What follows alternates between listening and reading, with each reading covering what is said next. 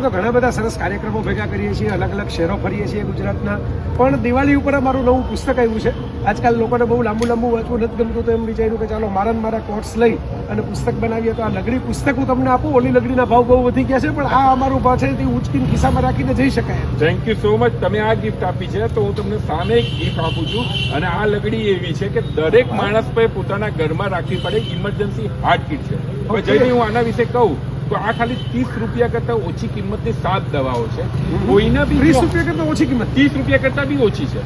અને કોઈને બી જો ધારો કે હાર્ટ એટેક આવે અને એક સાથે આ દવાઓ લેવામાં આવે તો તમારા હાર્ટના જે જગ્યાના લીધે જેના લીધે એટેક આવતો હોય છે એ ગઠ્ઠાને ઓગળવામાં મદદરૂપ કરે છે. અને હાર્ટ એટેકથી બચવાના ચાન્સીસ 30 થી 40% જેટલા ઓછા થઈ જાય છે. એટલે હાર્ટ બચવાના ચાન્સીસ વધી જાય છે.